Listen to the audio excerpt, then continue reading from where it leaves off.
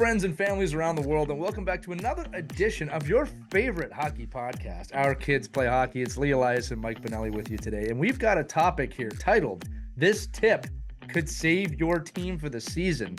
This one actually came from Mike Benelli's mind, and it's a really good point.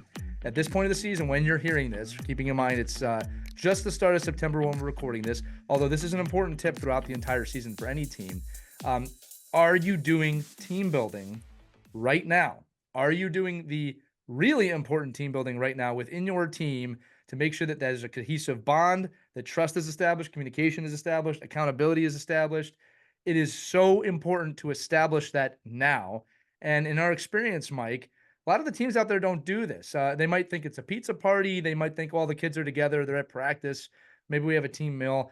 In my experience, Mike, that's never quite enough. But I'm going to throw it to you here because I know you kind of have the right questions that I think a lot of coaches are going to ask in this situation and parents. And I'd love to discuss it with you. Well, again, in full disclosure, when I jump into these kind of scenarios and the groups that I work with, my go-to resource is you. So, and this is where, the text messages will start, the phone call will be like, oh my God, I'm in this situation. And so I thought today, I think I'm a lot like most coaches. I think, I'm not an expert in team building. I believe in it. I think it needs to be done. Right. I see it when it's not working, and I know it's not working, but I think it's more of how do I get off the couch and create a team building opportunity with a couple of restraints that I think all of us have as youth hockey. Not all of us. Most of us have as youth hockey coaches, and probably why we have the barriers we do. Right. Right. I have no budget for I have no budget Right. for team building. Hear I that really one a don't lot. have I don't have any time. Like, I can't ask my parents to come to the rink again on a different night Right. and build team building. I don't have really a lot of help. Like, I put an email out. Anybody want to help with team building? And just like when I asked for a little bit of extra money for a tournament fee, I get crickets, right? And then on everything else, I don't know if I can sacrifice team building for the fact that I need to work on my power play and penalty kill. Right. And I think this is where a lot of us get a lot of anxiety about it.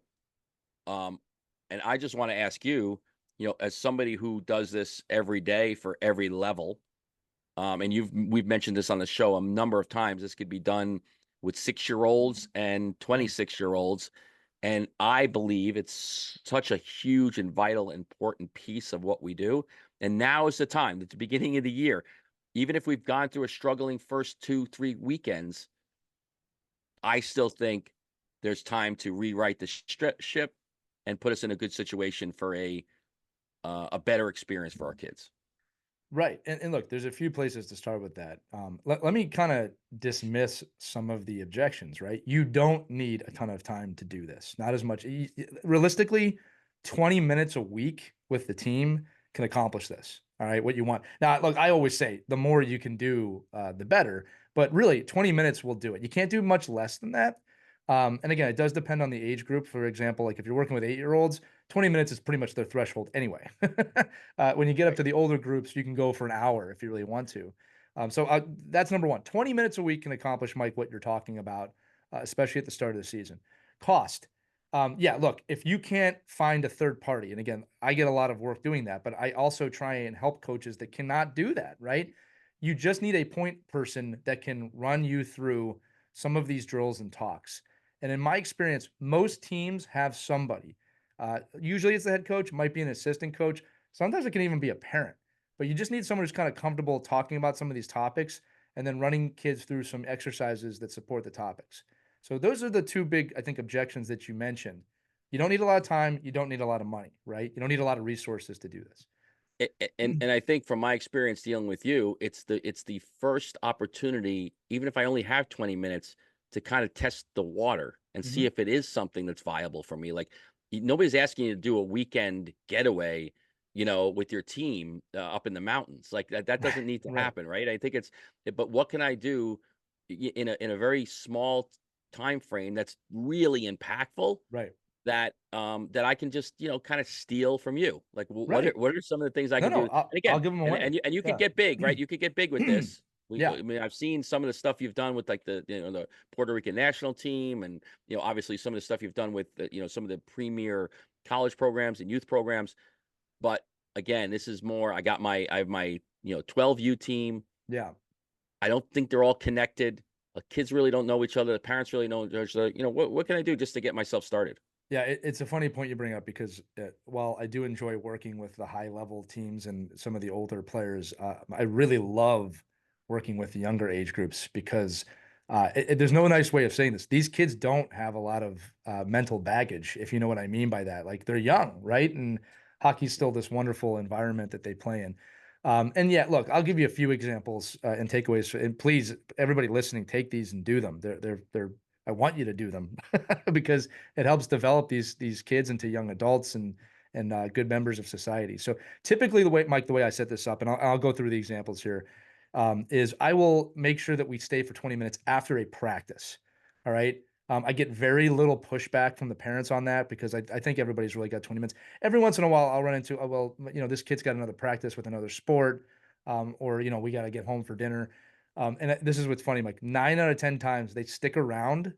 They say, I only got a few minutes. And then they end up coming every week because they see the value in what we're doing. Um, Go ahead. I was going to say, but don't schedule that on Monday morning. You're doing it Monday night. Yeah, no, 100%. No, Yeah, I'm you're talking, gonna yeah. you're gonna get your 20 minutes by scheduling it. Right. No, no. And again, what they do is we use Team Snap.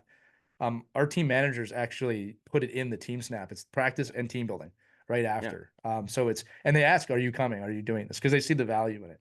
But look, the starting point really for every team I work with is the same. And this is the stuff that I want coaches and teams to take.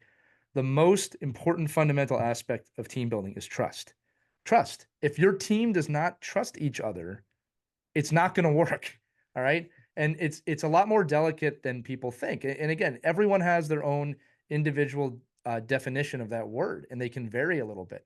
So you got to define that word for the team. Now, how do you do this in 20 minutes? It's real simple. You sit the kids down and you ask them, what does trust mean to you?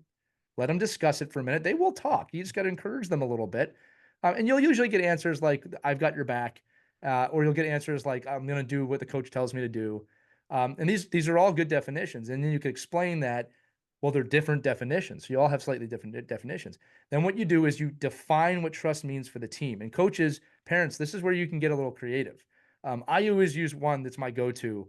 In fact, my kids' teams are using this year. The coach took this from me without even asking, which I thought was pretty funny. But I always say that we have a priority system on this team, which is team, teammates, self. That is the order in which you prioritize. The team comes first, then your teammates, then yourself. And the trust is that we're all committing to that prioritization system. We establish that day one or as early as possible in the season. So now everyone, Mike, this is just a talking point.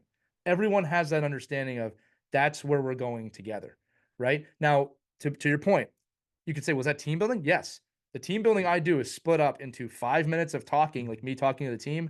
And then I always do some sort of physical challenge to reinforce the trust thing. So you could go as simple as trust falls. I mean, a lot of people do that, but there's a lot of other things you can do. I told you, I've done things with paper plates where I put the paper plates on the floor and I have one kid blindfolded or I have one kid just not look down. You have to look at their partner and they have to navigate through the plates without stepping on the plates. Now we're talking about you have to trust your teammate. You have to trust each other. And I can go much deeper into that drill. I'm not going to. Like, if you want to, just email us at team@ourkidsplayhockey.com and I will send it to you because I have this written out. But 20 minutes is all it takes. I've also done a fun one, Mike. I did this with the Puerto Rican national team. You actually talked about this. I wanted to do a team building exercise where our national team members, which are men and women, these are collegiate or professional players, could do something with our youngest kids, the 6, 7, 8, 9 year olds.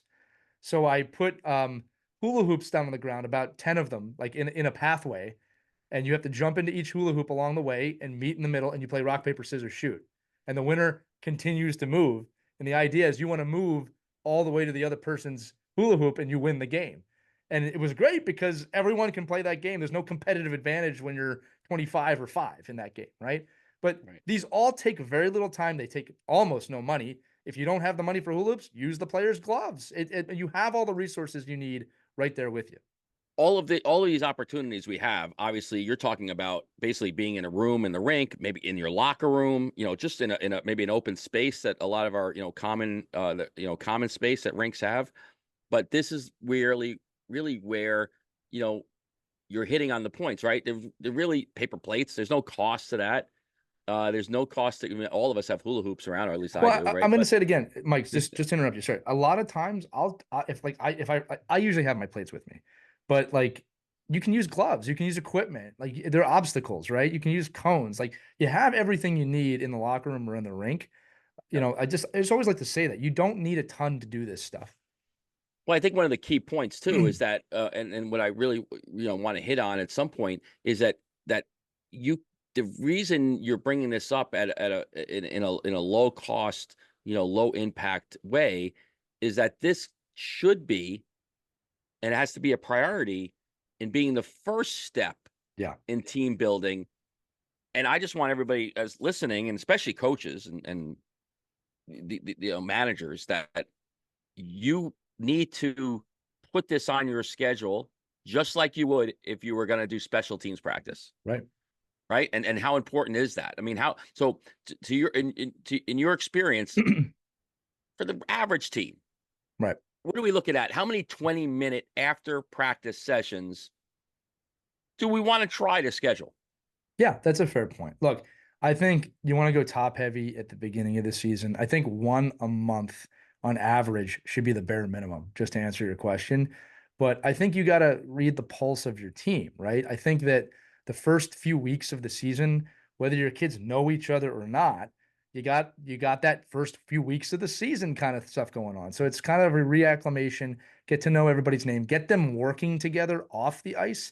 Again, look, you got to remember for the kids on the ice, they're getting instruction, but they want to do what the coach is telling them to do. And we're always telling the kids, we want you to be creative, we want you to think, we want you to trust each other. Well, you got to build that into the plan, right? Because on the ice, they're trying to impress you a little bit, right? Or trying to do what they do well. So the stuff off the ice, Mike, at the beginning of the season is that cohesive team building that allows you to know the other people, to work together towards a common goal.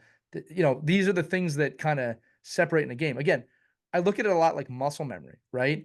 These kids need to learn the muscle memory for their shot, their passes, their rebounds, certain plays in the game. Obviously, for goaltenders, that reactionary kind of muscle memory. Team building has a similar effect. When they've worked together 6, 7 times by the end of the first month, you are going to be light years ahead of the other teams that are not doing this. And I have seen this firsthand so many times. There's so many examples of a bonded team in October or November is winning games on pure love for each other or the ability to work together, where some other teams are just still trying to get into that space. A lot of times, again, you'll see teams bond get a tournament, right? You'll go to those big tournaments and everybody start to love each other. You don't have to wait for that. And those are expensive too. So again, to answer your question, a minimum of once a month would be my suggestion. I think the pain points of a season are the first month. I would do it every week if you can. I mean that. I think when you get to the holidays, which can be really hard, you got to gauge where your team's at. Sometimes I do less, sometimes I do more. I think every team has a lull at some point, and typically it's right after that Christmas, Hanukkah, New Year time period because there's so much going on. The parents are exhausted, the kids are exhausted, the coaches are exhausted. It's not crazy to think that when you come back on January 2nd, you're going to be in a little bit of a different mood, right? So that's a good time to do team building. And then I think the third most important time, and this is where, again, a lot of teams make mistakes. Oh, we'll do it right before our playoff game. You should be doing it for 2, 3, 4 weeks before the postseason to build that bond. You got to time it, but you don't want to go into the playoffs hoping for a bond. You want to go into the playoffs bonded. All right. And again, this is where you see those massive upsets happen sometimes, Mike, where a team will come in and they really care about each other. Everyone's flowing and they'll beat a team that's been at the top all season because that team has not done any of this stuff. Right. So last thing I'll say on this, I think this is an important kind of segue. You might have questions on this too. Wherever your team is, if you are an elite team that you think you're going to go undefeated this season, or you're all the way at the other end of that thinking we're going to really struggle this season, it's important to do it for both because this has nothing to do with your skill on the ice. This has everything to do with making sure the kids can work together in a cohesive unit. And I don't care what team sport you play, you need that to be successful. I have never been on a team, Mike, or coached a team that has been successful where the kids all hated each other. It's never happened. All right. I've only been on teams where there was some understanding of this team bond. They don't always have to like each other, but there's a mutual respect there that every championship or winning team I've worked with has had. And you can Right. develop that. Right, and I think anybody that's been a part of a successful venture would know that too. Like Right. it's usually there's a reason why the saying, you're only as strong as your weakest link exists because Yeah. it's just Yeah. true. Um, Another question I had for you on team building, does it have to look like hockey? Like, does it have to relate to hockey? Do you have to Not be at in the all. locker room and be like, "Hey, we're gonna go over team building, and this is how it relates to a hockey player"? Right. I mean, what What? are some of the things we can do as coaches and parents to, kind of just understand it doesn't have to look like hockey at all, actually. Yeah, I think what I what I end up doing is there's probably a lot of hockey metaphors when I do these things, but it's nothing to do with the actual skill sets of hockey for the most part. And again, kind of going back to something you had asked before about like where do you do this, like locker room. If it's warm enough outside, I almost always take them outside. Yeah, So if it's above, I'll just say 45 degrees Fahrenheit, and the weather's okay, we're probably going to go outside. There's less distractions out there. I get more space out there. When you get to kind of the really cold months of winter, yeah, most rinks have a place inside that I go to. The locker room is actually my last place that I try and do it. I just try and find open area in the arena. Sometimes I like doing it around the other parents and the other people because then the kids know that they're watching as well and they can see the value of it. But no, it has little to do with hockey. Now, I might throw in an exercise to work on like an off ice plyometric skill set that I want them to do, but I won't focus it on, hey, we're doing plyometrics. It's like we're doing sprints or we're doing quick turns as part of the game. The big part of the physical activity, and I just want to remind you and everybody listening, it's always there's a talk, a 5 minute talk about what's the goal today? Why are we working on this today? You can't miss that. The team building exercises are really fun. They have a lot of value, but when you can reinforce the actual physical challenges with, hey, the goal today is communication. The goal today is accountability. The goal today is you don't win the game unless your whole team finishes. Those messages are really important. Are those hockey messages? I think they're pretty universal messages. I think we actually use them in hockey, not the other way around. But the physical challenge, I want them smiling. I want them having fun and I want them competing. Like another one, I'll drop a bunch of these. I have one where I put 5 cones or 5 gloves, probably 10 yards apart, each one of them. And I'll do something either where someone has to run to the fifth one and back, the fourth one and back, the third one and back, or I'll put balls on top of the cones, and you got to go find a way to, what's it called, challengely put them in a certain order to win the game. So there's some yeah, thinking. Another one of my favorite ones that I do a lot is tic tac toe, and just so people know how cheap this can be or affordable, all you need is 4 hockey sticks to make a tic tac toe board, right? You cross hatch them, and you got a tic tac toe board and then you need whatever, sandbags, whatever you want them running with. Could be pucks, but you need an X and an O, right? And what yeah, I love about this drill is I'll put them 40 yards away or less, whatever space you have, and you have to run. And the way I do it is I put the X's and the O's halfway to the board. So they have to run, pick up the X, go to the board and put it down. And on the way back, they have to pick up an X and give it to their teammate. Now, what starts to right, happen, Mike, and this is why I love this, tic tac toe is not fair when you're running because you can get a turn ahead of the other team. Or what happens almost all the time, speaking of accountability, someone forgets to pick up the X or the O on the way back. And that's how the other team gets ahead. And then to build on top of that, if you're not paying attention, there's a lot going on. This isn't like you're sitting there with a pencil. If you're not paying attention, you'll just run down and throw an X or an O down on the board without thinking. Like you got to think. You got to be watching from down there. The team's got to talk. Someone's got to be in the kid's ear of like, listen, go top right because they're going to do this. And suddenly you've created hockey out of tic tac toe. I got them critically thinking. I got them talking. There's got to be trust. There's physical activity. There's strategy, and they're competing against another team. And what I love about these drills, Mike, and this is something every coach wants to hear, we'll finish, and I always hear, "Do it again. We gotta play again," which right. Your tells me 20 they're having minutes a is good up. time. Sorry, guys. Yeah, and the parents actually look at me. Sometimes I have to look at the parents and say, you guys want one more?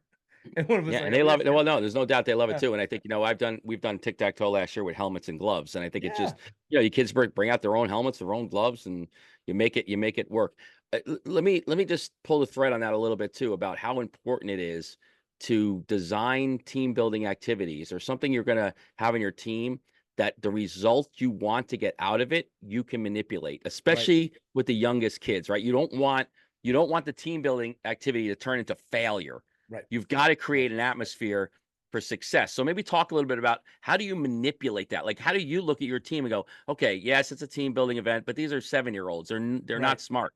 Like, right. I'm gonna make it where I get the result I want out of it, and influence the team building piece that I need. Right. Well, there's a few ways, right? Like, so I'll kind of continue and I'll even tell you another drill. Like when I do tic tac toe or connect four, one of the things I like about that is that they're moving and they're thinking. And these are skill sets at the younger ages we don't always get. A lot of times in hockey, especially at the younger ages, and I've talked about this with a lot of parents, because on the ice, you're generally at minimum drifting. You're moving. Kids think they're moving and they're not, right? They're just flat-footed and drifting down the ice. So what I love about tic-tac-toe and Connect Four and things like that is you gotta move, and they understand. You say, "Do you see how you're moving?" And if you slow down, the other team catches up. It reinforces that skill. And then obviously the talking piece, which is really a problem across the game at all levels right now.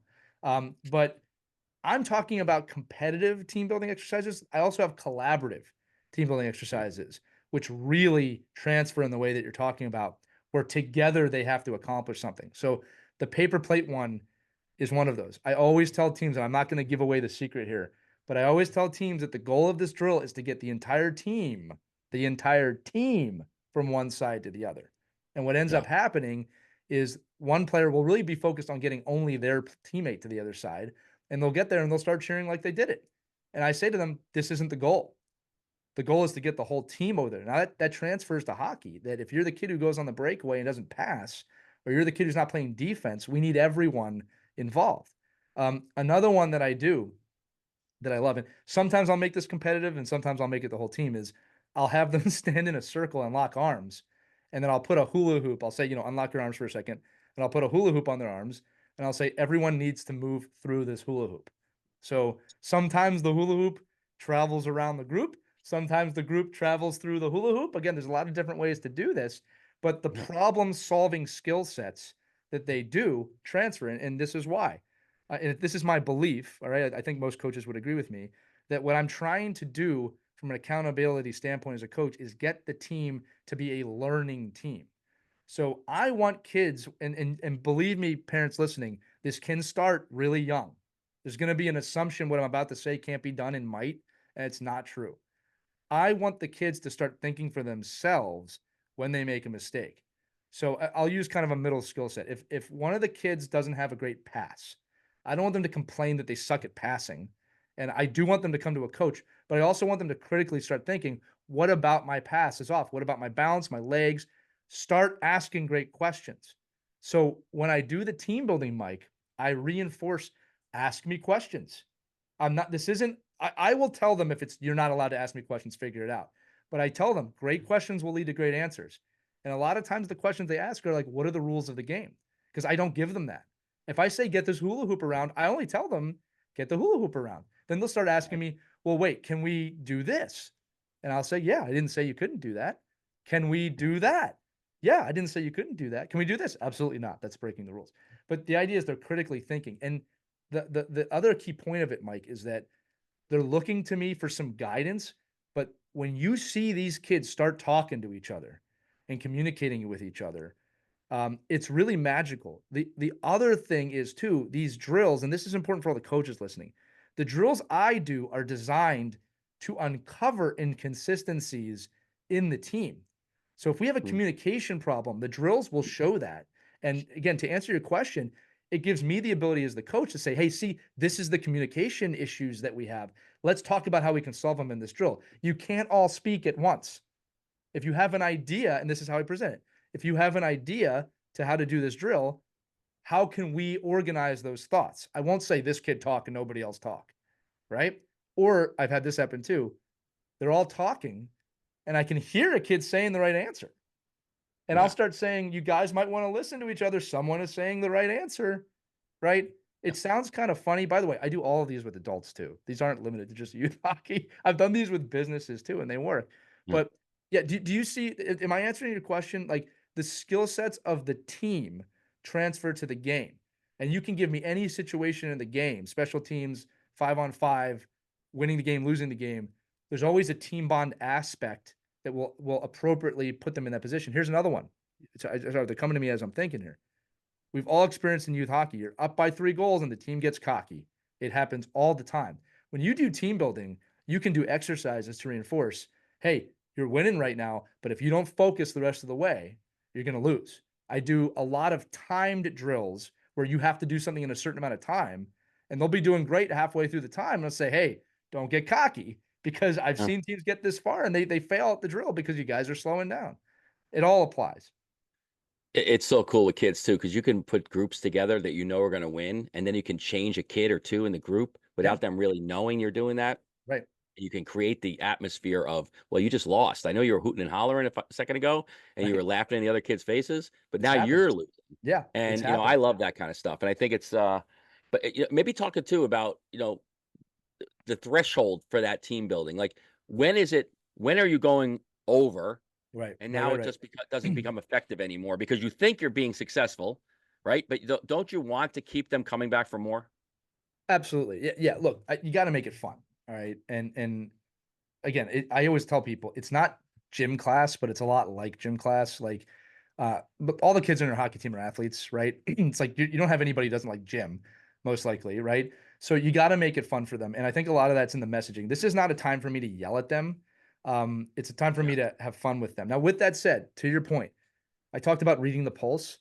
There are some weeks I can tell they're not maybe not feeling it as much as other weeks. I'd say it's a 80-20 split. To 80% they're great. 20% of the time it might be the time of day, the time of year. Maybe they're sick. There's a lot of different things. If I get the gauge that they're not feeling it, I may end it early, or I might not do it at all. Right? I just if I'm on the ice and I feel like, hey, this is it's just not a good day. Like it's like there's no team building tonight. Or I'll say I'm going to give your parents a night off tonight. You just got to read the pulse of it. If I feel like this is another one, if I feel like I'm getting frustrated, which does happen, I may end it early because it's like it means I'm not feeling it that night or something's going on. So you really have to have a gauge on it. But if you keep it fun and you have a plan, most of the time it's going to work. And again, Mike, to answer your question, if you take a few weeks off or a month off, it's not the end of the world, right? If you feel like your team is really humming and doing good, I wouldn't say that's the time to stop, but I think you can take a week off there if you want. I think it's actually time to keep doing it if things are going well. Don't change anything. But yeah, 20 minutes, they have fun with it. Again, 9 teams out of 10, Mike, will halfway through the season. Can we do this drill? Can we do that drill? Can we do this drill? And then it becomes a reward. If you do good this week, I'll do that drill next week again. Right. So, yeah, again, you got to gauge it a little bit. You got to feel it a little bit. If you're not feeling it, just don't do it. It's okay. There's no, you got to hit this many team building sessions a year to be successful. I just want to hit on one more piece of team building, and I Yeah. think Yeah. especially at the youth level, right? Because you don't get to go to a training camp. I mean, I've seen really strong teams like these academies that come out that the kids are living together and they're always with each other, and there's a Yeah. lot of time to do these kind of things. Those teams seem to be much more successful as a group. What could we do as a coaching staff to try to influence and help get our parents to be in some type of team building? I mean, obviously, you don't have a lot of parents that are going to go, probably do the hula hoop race, but what can we do to encourage parents and hide, hide the vegetables in the ice cream a little bit there? And how do we get parents to be involved with team building without them really even, thinking they have to commit to team building? Yeah, my mom used to put the vegetables in the muffins, and she was really good at it. It was a few times Yeah, I now you realized can I'm now you can missed. throw it in a Yeah, shake and you're good to go, right? yeah, It's easy. yeah. Makes it so I easy. I remember saying, "Why is there carrots in my muffin?" That would've been there's a lot of ways. Look, I think one of the things, and this is a form of team building. I had a coach actually come up to me recently and say, "We're not having a cohesive time as coaches. What do you suggest?" And I said, "Well, are you having a weekly coaches meeting?" And the answer was no. And it's like, look, I don't know how at any level even if that's 15 minutes, you're not having a call just to discuss what you want to accomplish at practice this week.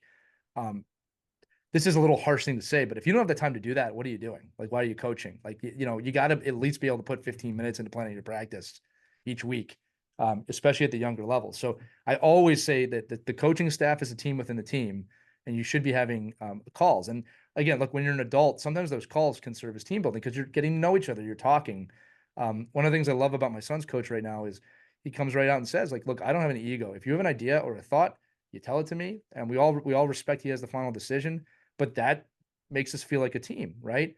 Yeah. Again, as adults, it sounds kind of campy. Go get some beers once in a while to have a conversation. Involving the parents. Now, there's a few ways to do this. So, a lot of the times with the team building drills I do, the parents are kind of there. So, I'll involve them in a drill, whether they're holding something or I'll say, get to that person. Or my favorite thing is for the parents that are willing, and I never, ever, I gotta say this, force anybody to do it. I love doing parents versus kids type drills where we're doing the same drill. They're insanely low impact. Like, I would not invite the parents to do the sprinting drills, but like when I'm doing something like you have to pass an object around in a certain order in a certain amount of time, well, everybody can do that, right? So the kids love competing against their parents for obvious reasons. And the best part for me is the parents, especially when you're doing the younger ages, the 10 U's, the 8 U's, parents always think they're going to beat them.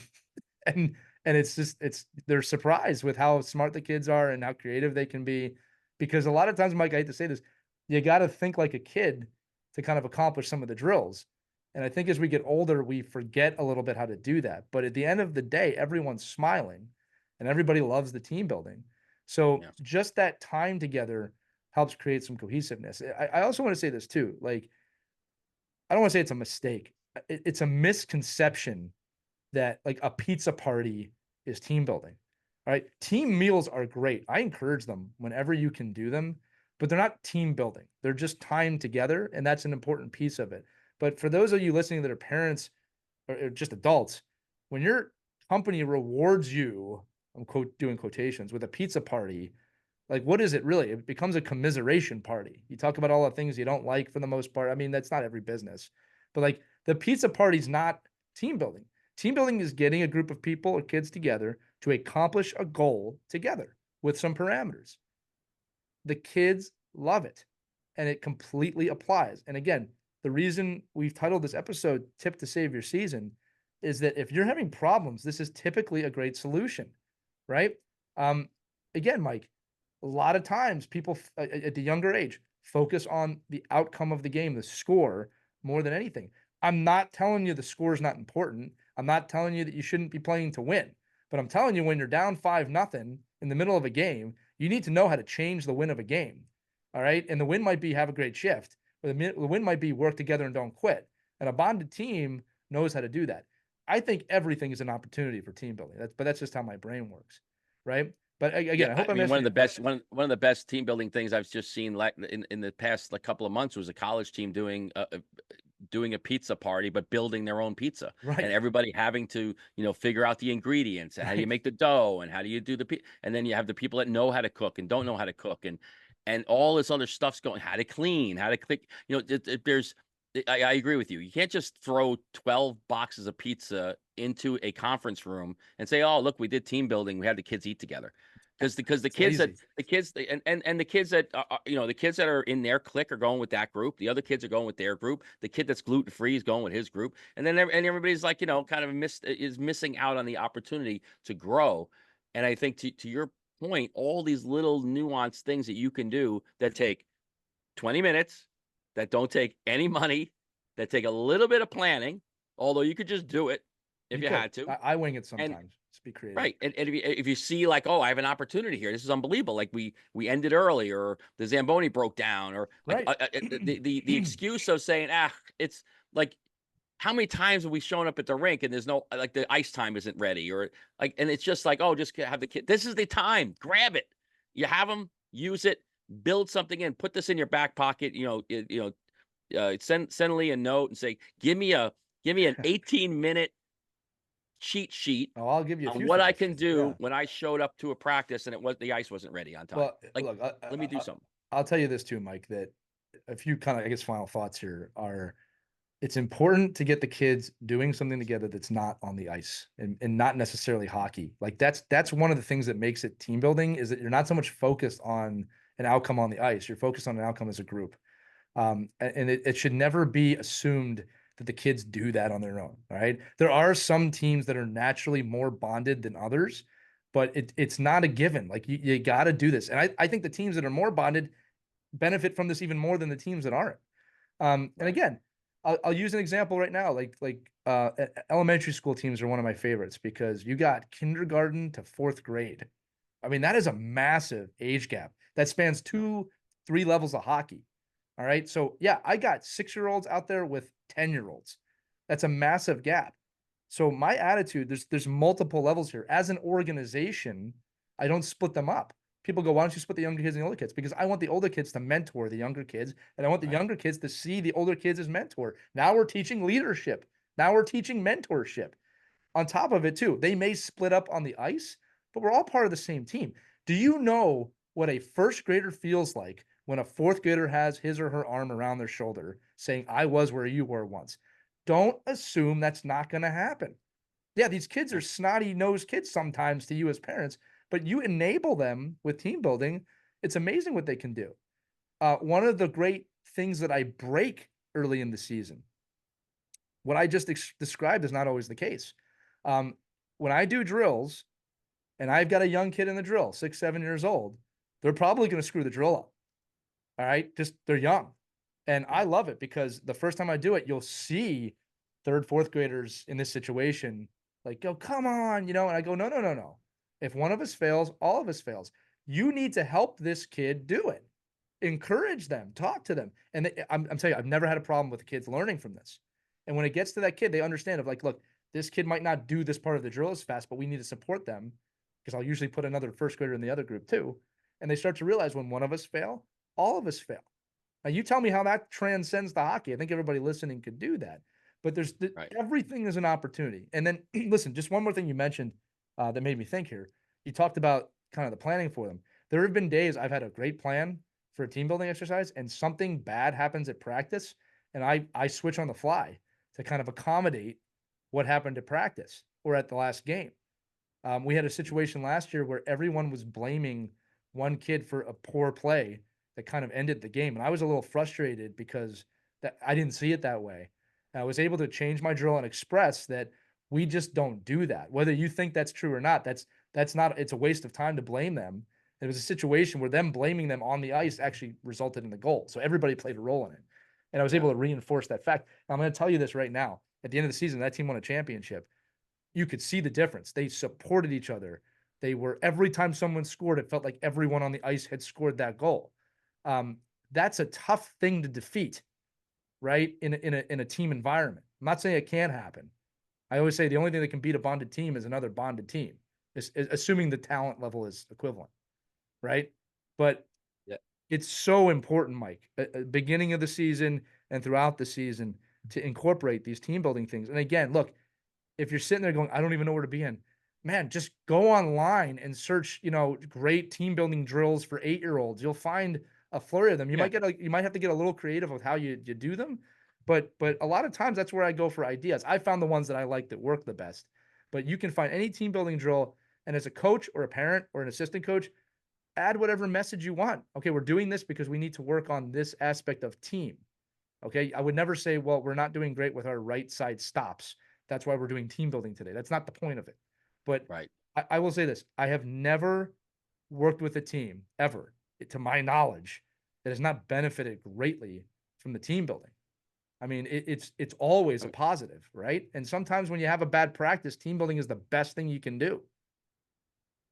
I mean, have you ever seen pin the tail in the donkey as a negative piece in a birthday party? I mean, they don't do that anymore. Only But if there's back an in the day, actual donkey. Yeah. like No. yeah, right, right. But everybody, well, trust me, if I'm there, there is a donkey. But I think there I think it always like it, listen, and I'll just give one point here too from an organizational perspective.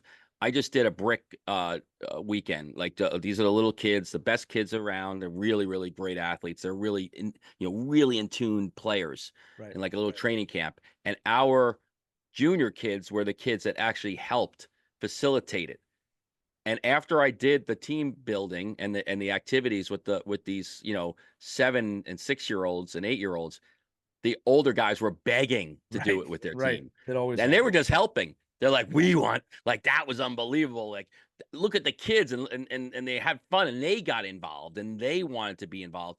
Everybody wants to have that feeling of success. If you can do it off the ice, even better. We're in helmets and we don't see faces, and it's just the levels of kids are just, your goalie is not really, the nice thing on team building exercises off the ice is everyone's pretty much equal. It's Yeah. all, Yeah. we're all in the same, kind of constraint system, and we can do what we want with it. But I think we can also work on the fly and move kids around and create little competitions and little thought processes that help us get to the end result we want.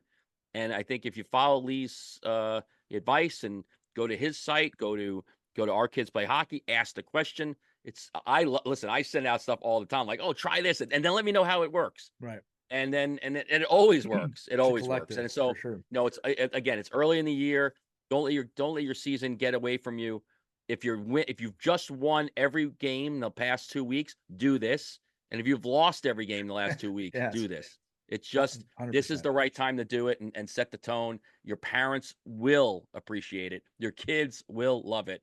And I think you'll get to know your players much better than you thought you did. Well, and I'll end on this note too, Mike. We say this on the podcast a lot, and it's so true. Look, greater people make greater hockey players, right? The better of a person you become, it does translate to the ice in a lot of different ways. When you apply that to everybody on the whole team, you're creating a really wonderful environment, right? Like I wish everyone's season could be a winning season with a championship. I do, but that's not the reality in sports. Someone's got to lose, right? So at the end of the day, if you want to win each and every practice, each and every day, you got to bond this team and make them care about each other. And we won't get this on the episode today, Mike. But one of the cool things I'm seeing now is, first off, I get a lot of coaches that ask me like, "Hey, can you come in and do this? Can you come in and do a team building exercise?" Which I appreciate. I try and encourage them, like, you can do it. You don't need me to do it. Right. But Right. here's another thing, like, just to think about everybody listening. Most organizations, your kids are on kind of different teams each year to year, in the sense of, like, you got new kids, you got some old friends, you got some new friends. What I'm finding now, because I've been working with certain organizations for 3 to 4 years, is the cohesiveness of kids rejoining each other or playing with each other for the first time that have done team building together at some point. So now they're walking in to a kind of an understanding of team building. So again, my son's team, I have worked with almost every athlete on that team, and they get it. Like, they remember it. They know each other. They know when we do team meeting, I don't get any pushback, right? And it's Mm. like it's a pretty wonderful environment. I don't know what to say. It's like a wonderful environment. You want to be with the team. You want to be around them. And I can tell you right now, the record does has nothing to do with that. Like, we're not 10-0. All right. Yeah. We're pretty much 500, and everybody wants to get to the rink to be together. And that's the result of 3 or 4 years of this. Right. And I think 100%. more organizations should do that. I can't stand it when you go from one team, a B team, to an A team. You don't know anybody. That should never be the case. Like, you're an organization. The kids should know each other. All the squirts should know each other, no matter what level they're at, or mites or peewees, whatever you want to talk about it. So I'm with you, Mike, on what you said there, that the beginning of the season is by far the most impactful time. But at any point of the season, you can do this. And look, as Mike said, email us, team@ourkidsplayhockey.com. I'll be happy to send you some free drills if you want to try some of those. And Mike is right. I do a lot of talking about this on my Instagram, which is just at Lee MJ Elias. That's Elias on my Instagram, or my website, game7group.com, all spelled out. You can find a lot of information at those places. And Mike knows this, I give a lot of this stuff away for free because it really does benefit the kids. But coaches listening, you can do this. You can do it. 20 minutes is not a lot. And you just, again, minimum 20 minutes a month, you can accomplish this for your team. Yeah, awesome. Take the advice, use it, throw it into your next Team Snap or Sport Engine calendar, and Whatever get it you on for use. next week and use it. Whatever you use. All right. Well, it's weird you kind of interviewed me there, but I'm going to end the episode there. That's going to do it for this edition of Our Kids Play Hockey. I said a few minutes ago how you can reach us. Just want to thank you generally as an audience for listening to this show.